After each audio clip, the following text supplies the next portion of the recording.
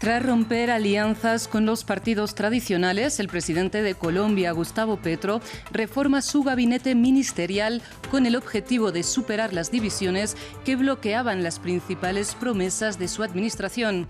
Entre los titulares renovados, Salud, Hacienda e Interior. Por primera vez desde que empezó la invasión rusa, Volodymyr Zelensky y Xi Jinping mantienen una conversación telefónica. El presidente chino anunció que enviará un grupo de representantes a Ucrania para mediar en el conflicto. En el campo de batalla, el grupo Wagner reclama más munición a Moscú. El ejército regular de Sudán declara estar dispuesto a extender la tregua con los paramilitares mientras los civiles permanecen atrapados en medio de una crisis humanitaria. Ya van más de 500 muertos, según el Ministerio de Salud sudanés. Buenas tardes, bienvenidos a las noticias de France 24 en español. Soy Rosa Pérez Masdeu y es para mí un gusto acompañarles. Abrimos esta edición informativa de nuevo en Colombia porque el presidente Gustavo Petro anunció la recomposición de su gabinete. Por el momento, el mandatario cambiará a los titulares de Hacienda, Agricultura, Interior, Ciencia, TIC, Transporte y al director del Departamento Administrativo de la Presidencia. Destaca la salida de la ministra de Salud, Carolina Corcho, pues ella lideraba la polémica reforma a la salud en medio de la cual ocurre esta sacudida. Recordemos que ayer martes Petro pidió la renuncia de todos sus ministros y anunció el fin de la coalición que formaba su plataforma, el Pacto Histórico, con partidos tradicionales y la Alianza Verde. Una ruptura de alianzas motivada por los desacuerdos en torno a pilares fundamentales del cambio que prometió el presidente, como la mencionada reforma de la salud. Nuestro compromiso es siempre buscar las mejores condiciones de vida para todos los ciudadanos. Hoy se construye un nuevo gabinete que ayudará a consolidar el programa de gobierno, programa que será la base de un acuerdo nacional franco y sincero para seguir trabajando al servicio de las comunidades de todo el país. En otras noticias de América Latina, la presidenta de Perú, Dina Boluarte, decretó el estado de emergencia en todas las fronteras del país, es decir, en los departamentos que limitan con Ecuador, Colombia, Brasil y Chile. La mandataria justificó la medida con el objetivo de incrementar el control de ciudadanos extranjeros. Las zonas limítrofes se suman así a la región de Puno, donde ya rige el régimen de excepción que fue declarado para reprimir las protestas desatadas por la destitución y la detención de Pedro Castillo, quien, recordemos, se encuentra en prisión provisional acusado de rebelión. En Estados Unidos, Walt Disney World demandó al gobernador de Florida, a Ron DeSantis. Disney acusa al mandatario republicano de llevar a cabo una campaña de castigo y represalias que amenazan el futuro económico del grupo y viola sus derechos constitucionales. Pero la disputa entre Disney y el gobierno de Florida viene de lejos. El Estado quiere suprimir el autogobierno del que goza Disney en sus parques de Orlando. Se trata de una respuesta de los republicanos a la oposición pública de la empresa de entretenimiento contra la ley que prohíbe hablar de identidad de género en las escuelas de Florida. Y mientras tanto, en Brasil, el expresidente brasileño Jair Bolsonaro declaró ante la Policía Federal en el marco de la investigación sobre la toma de Brasilia del pasado 8 de enero, que recordemos tuvo lugar pocos días después de la toma de posesión del gobierno de Luis Ignacio Lula da Silva. El líder investigado acudió en compañía de sus abogados y no hizo comentarios a la prensa. La causa está en manos del Tribunal Supremo y pretende identificar a los promotores del intento de golpe de Estado y a quienes financiaron la movilización de los miles de militantes de ultraderecha que asaltaron las sedes de la Presidencia, del Congreso Nacional y de la Corte Suprema. Y Cuba continúa inmersa en una crisis por la falta de gasolina.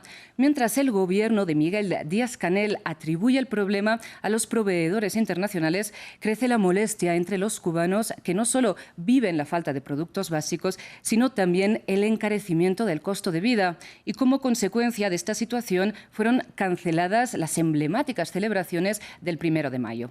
Rafael Pérez nos cuenta más.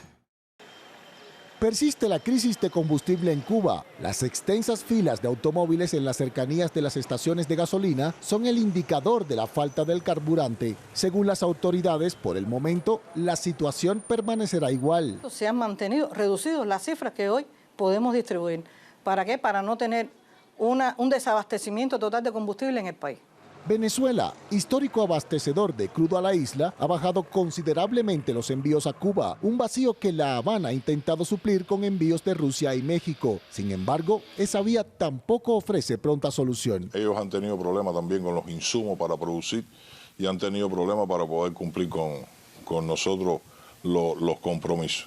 En medio de una inflación sin precedentes, la falta del diésel genera un alza adicional de los precios. Uno quiere coger un taxi, cuesta el doble o el triple de lo que costaba anteriormente. Y cuando uno le pregunta, dice, es que es combustible, es que no hay gasolina, y entonces es muy difícil, es muy difícil.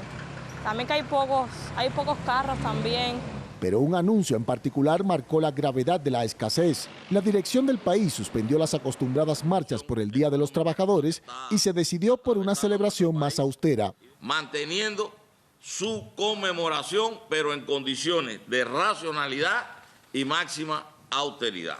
Este trance se desarrolla a pocos días de que el gobierno cubano, encabezado por Miguel Díaz-Canel, tomara posesión en un segundo mandato. La falta de un plan económico efectivo por parte del gobierno, la crisis económica mundial, así como las sanciones impuestas por Estados Unidos, han hecho que la isla experimente una de las crisis económicas más fuertes de su historia reciente. Vamos ahora con información relativa a Ucrania, porque por primera vez desde que empezó la invasión rusa, Volodymyr Zelensky y Xi Jinping mantuvieron una comunicación directa. Según medios estatales de China, a través de una llamada telefónica, el presidente chino informó a su homólogo ucraniano que enviará una delegación a Ucrania para mediar en una salida negociada al conflicto con Rusia. El jefe de la diplomacia de la Unión Europea calificó la llamada de muy buena noticia. Y por otro lado, en el campo de batalla, el líder del grupo Wagner reclamó más munición al Kremlin ante lo que describió como la inevitable contraofensiva ucraniana. Ramiro Cueva Verena nos amplía. Un sorpresivo acercamiento entre China y Ucrania. El presidente chino Xi Jinping dialogó telefónicamente con su homólogo ucraniano Volodymyr Zelensky, el primer contacto entre naciones desde el comienzo de la invasión de Rusia. Tras la comunicación, el país asiático anunció que un enviado especial viajará próximamente a Kiev. China enviará un representante especial del gobierno chino para asuntos euroasiáticos a Ucrania y otros países y sostendrá conversaciones con todas las partes para resolver la crisis de Ucrania allí. Zelensky nominó un nuevo embajador en suelo chino tras el llamado, el cual fue bien acogido por la comunidad internacional, desde Rusia hasta Estados Unidos. He mantenido una larga y significativa conversación con el presidente Xi Jinping. Creo que esta llamada, así como el nombramiento del embajador de Ucrania en China, darán un fuerte impulso al desarrollo de nuestras relaciones bilaterales. Estos acercamientos de Beijing, un estratégico aliado de Rusia, se dan ante el inminente avance de la contraofensiva ucraniana de primavera, algo esperado para las próximas semanas y que preocupa a las tropas del grupo Wagner. El ejército ucraniano está totalmente listo para salir y cortar nuestros flancos. Nadie ha cubierto nunca nuestros flancos. Todas esas historias sobre impedir que las reservas entraran en Bakhmut son pura basura. El ejército ruso no ha disparado ni un solo tiro. Nadie les está dando munición, ni a ellos ni a nosotros. Se dio una orden criminal de no entregar munición. Se estima que se recrudezcan los combates en la región de Zaporilla y en la ciudad de Bakhmut, el principal escenario de enfrentamientos en los últimos 14 meses y que tiene el 80% controlado por Rusia, según el grupo Wagner. Y mientras avanzan los combates sobre el terreno, también hay espacio para una cierta negociación. En el marco de un nuevo acuerdo de intercambio de prisioneros, el Ministerio de Defensa de Rusia informó que Ucrania liberó a 40 militares rusos a cambio de 44 ucranianos, según la cifra anunciada por las autoridades de Kiev. El Kremlin aseguró que los militares rusos que se encontraban en cautiverio en Ucrania serán trasladados a Moscú en avión. Y actualizamos ahora la situación en Sudán, porque este miércoles el líder del ejército regular, Abdel Fattah al-Burhan, declaró estar dispuesto a alargar la tregua vigente acordada el lunes con los paramilitares. Un alto el fuego que ha tenido más éxito que los anteriores y que ha permitido la evacuación de ciudadanos extranjeros. Sin embargo, los sudaneses permanecen atrapados en medio de una crisis humanitaria. El Ministerio de Salud del país informó que ya son 512 los fallecidos a causa de los combates. Samuel Salgado nos amplía. Por mar y aire avanzan las evacuaciones de extranjeros en Sudán. Este avión de la Real Fuerza Aérea aterriza en el Aeropuerto Internacional de Larnaca, en Chipre. A bordo, los primeros británicos evacuados, más de 300. Pero otros 4.000 de doble nacionalidad aún permanecen en territorio sudanés. Mientras que en el puerto de Jeddah, en Arabia Saudita, este barco del ejército francés transportó a personal de la ONU. En total, solo este miércoles, más de 1.600 personas de unas 50 nacionalidades han llegado para ser trasladadas por mar. Mientras que 195 franceses evacuados ya llegaron a París en un vuelo del ejército galo. Hemos decidido enviar esta fragata que está en terreno y que también nos permitirá traer de vuelta a Europa, a Francia, a un cierto número de compatriotas. Otros países como Marruecos también comenzaron a evacuar a centenares de nacionales, mientras que la mayoría de los ciudadanos chinos ya han sido evacuados hacia países vecinos, según Beijing. Y Alemania anunció el fin de su operativo. El proceso de extracción se ha acelerado durante el frágil y reciente alto al fuego de 72 horas, un cese de hostilidades que alivia a los extranjeros, pero no a los sudaneses. Estamos preocupados por los precios y porque no sabemos en dónde refugiarnos. El problema es que el peligro está entre nosotros. Somos los civiles los que estamos sufriendo. Los sudaneses saben que el alto al fuego no significa el fin del conflicto. Los dos bandos en guerra, el ejército regular y el grupo paramilitar Fuerzas de Acción Rápida, denuncian mutuamente incumplimiento de la tregua. Mientras que la crisis humanitaria se agrava, el desabastecimiento de alimentos y el empeoramiento del ya precario sistema de salud provocan el temor de los residentes de Jartum, que al unísono piden que se detenga la violencia. La OMS advirtió que más del 60% de los centros de atención médica no están funcionando en la capital sudanesa. Y en otras noticias, la Unión Europea no quiere quedarse atrás en la competición económica con Estados Unidos y China. Y para ello, la Comisión Europea abandona la doctrina de austeridad impuesta en el pasado. Bruselas intenta así evitar una recesión tras la pandemia, como sucedió tras la crisis de 2008. Desde la capital europea, Esther Herrera, con todos los detalles.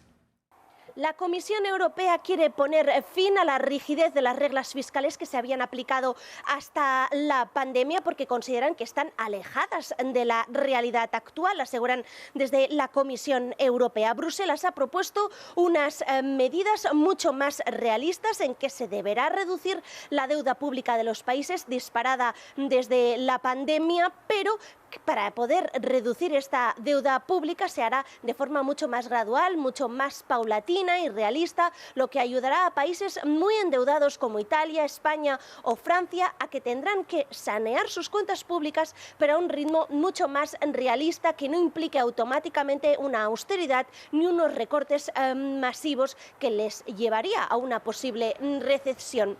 En todo caso, las normas principales sí que se mantendrán, es decir, no podrá haber más de un 3% del déficit, ni tampoco más de un 60% de deuda pública, pero para llegar a estas cifras no se aplicará unos recortes masivos cada año como sí se habían aplicado en el pasado. Cada país tendrá que presentar unos planes nacionales a los que la Comisión Europea tendrá que dar su visto bueno. Si hay desvíos, los países se podrán enfrentar a multas, algo que también se contempla ahora, pero hasta ahora las multas eran excesivas y nunca se habían llegado a aplicar. Bruselas ha caído en la evidencia que si hay recortes no hay inversión y sin inversión, por lo tanto, la economía europea no puede ser competitiva ante gigantes como Estados Unidos o China. Ahora los países tendrán que dar su visto bueno a esta nueva propuesta, aunque las discusiones se prevén muy complicadas, especialmente porque Alemania ya ha dicho que esta propuesta no le gusta, que quiere más mano dura y evitar que los países se acomoden en exceso.